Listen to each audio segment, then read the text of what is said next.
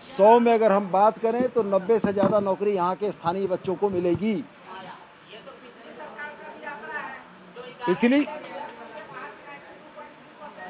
पिछली सरकार के आंकड़ों में रिजर्व जिलों का आंकड़ा हो सकता है, लेकिन गैर अनुसूचित जिलों की स्थिति क्या थी आपसे और हमसे छुपा हुआ नहीं है। हमारा स्पष्ट मानना यह है कि सरकार की नीति है कि झारखंड राज्य के संसाधनों पर पहले झारखंडियों का हक हो। भारत के संविधान ने 1950 को SC ST के लिए पैमाना माना है। SC ST का आरक्षण हासिल करने के लिए उस विभाग में रहने का 1950 से पहले रहवास का प्रमाण पत्र देना होगा। यह भारत सरकार का बनाया पैमाना है। और उसी तरीके से 1978 से पूर्व अन्य पिछड़ी जातियों के लिए पैमाना है। EVS को आरक्षण के लिए झारखंडी होना आवश्यक है। तो मैं ये सीधे तौर पर मानता हूँ कि 60% नौकरियों पर कहीं भी कोई सवालिया निशान नहीं है। 60 की 60% नौकरियाँ झारखंडी बाल बच्चों के हाथ में आएंगी। बाकी जो सवाल है उसमें सरकार भाषा पर, रीति रिवाजों पर, उनके ज्ञान को परखने के बाद ही उन्हें मौका देगी। तुमने तैयारी कहाँ से की? NIBM से। मैं NIBM को बधाई देता हूँ। आप जो सपना देख रहे हैं उस सपने को हम दोनों मिलकर पूरा करेंगे। NIBM। जनता ने 85 की स्थानीयता के एजेंडे को खारिज किया है और जो जनभावनाएं हैं उसके आलोक में हेमंत सरकार निर्णय लेगी। उर्दू को लागू करके कह रही है सरकार, विपक्ष कह रही है कि वोट बैंक बना रही है और कांग्रेस की वोट काट रही है। मेरे वक्तव्य को आपने गौर से नहीं सुना, मैं फिर से दोहरा देता हूं। पत्रांक 1278, अगर आप चाहें तो मंगा कर दे दूं। एक ही कॉपी है, फ़ोटो खींच लीजिएगा। 4/6/2003 अमित खरे साहब की चिट्ठी है। झारखंड अलग राज्य होने के उपरांत पहली बार भौगोलिक सीमा के अंदर में भाषाओं का वर्गीकरण किया गया था।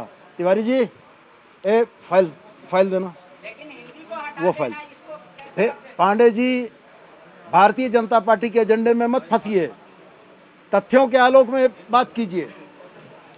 पांडे जी, मैं जो कुछ कह रहा हूं वो तथ्यों के आलोक में कह रहा हूं।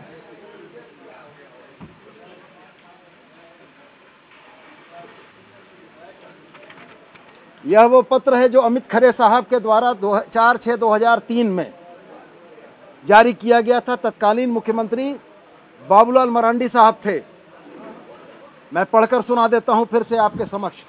तदनुसार एतत् संबंधी विभागीय प्रस्ताव पर मंत्रिपरिषद की स्वीकृति के पश्चात राज्य सरकार ने यह निर्णय लिया है कि झारखंड की भौगोलिक सीमा के बहुभाषाभाषी क्षेत्रों में उनकी जनसंख्या स्थान विशेष में हिंदी राष्ट्रभाषा के अतिरिक्त मातृभाषा वर्ग 1 से हिंदी, बंगला, उड़िया, उर्दू, संथाली, उरांव, हो, मुंडारी, खड़िया, खोरठा, कुरमाली तथा एंग्लो इंडियन समुदाय के लिए अंग्रेजी भाषा के माध्यम से मातृभाषा को शुरू किया जाएगा। ये उर्दू हमने नहीं लाई है, ये 2003 का अमित खरे का पत्र इस बात का दस्तावेज है कि ये उर्दू झारखंड गठन से चली आ रही है। अब आप अपने दूसरे प्रश्न पर आएँ। आप ये कहते हैं कि हेमंत सोरेन की सरकार ने हिंदी को हटाया। मैं आपसे ये कहता हूं कि JSSC की नियमावली का आप अध्ययन करें।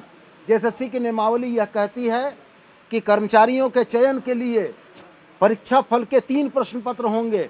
पहला प्रश्न पत्र होगा वह क्वालिफाइंग होगा, जिसमें अंग्रेजी और हिंदी है। दूसरा प्रश्न पत्र जो मेरिट तय कराएगा, इसमें 5 जनजातीय, 4 क्षेत्रीय और 3 अन्य भाषाएं, बंगला, उर्दू, उड़िया, यानी कुल 12 भाषाओं में अंक प्राप्त करने होंगे।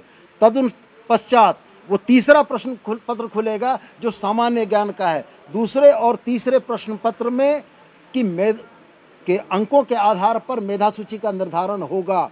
हिंदी को हम लोगों ने कतई नहीं हटाया। हिंदी बाकायदा क्वालिफाइंग सब्जेक्ट है। अगर मैं खोरठा भाषी हूँ और मुझको खोरठा में एग्ज़ाम देना है, तो अगर मैं हिंदी में नहीं पास करता हूँ तो खोरठा में मेरा एग्ज़ाम देने के रास्ते बंद है।